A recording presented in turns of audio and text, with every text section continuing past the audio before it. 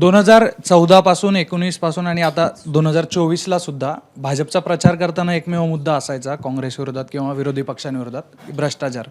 आणि त्याच भ्रष्टाचार म्हणजे तुम्ही जे आरोप केले होते तेच भ्रष्टाचारी तुमच्या सोबत आहेत आज. त्याच्यातले बरेच चांगले मंत्री आहेत. तुम्ही ज्यांना सगळ्यात जास्त आरोप केले ज्यांच्यावर ते सगळ्यात चांगले मंत्रिपदावरती आज पाहायला मिळत आहे. तुम्ही उल्लेख करता एक वारंवार की लार्जर इंटरेस्ट, तर भाजपचा तो लार्जर इंटरेस्टच आज भ्रष्ट झालाय का, तो करप्ट झालाय का, असा प्रश्न विचारला तर तुम्ही काय उत्तर द्याल? भ्रष्टाचार विरोधी लढाई तथित चालू आहेत.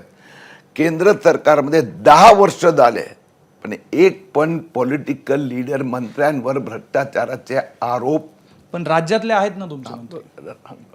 होऊ शकले नाही. राज्यात जनतेवर भ्रष्टाचाराचे आरोप केले, केसीत फाईल केले, त्यांच्यात आम्ही समझोता केला, हे मान्य आहे. पण त्यांनाही एक स्पष्ट वॉर्निंग आहेत की यापुढे अशा प्रकारचं काही गोंधळ करायला, जुने आहेत ते न्यायालयात तुम्हाला तुमचं उत्तर द्यावं लागणार, पण नवीन कुठलाही प्रकरण झाला तर क्षमा करणार नाही.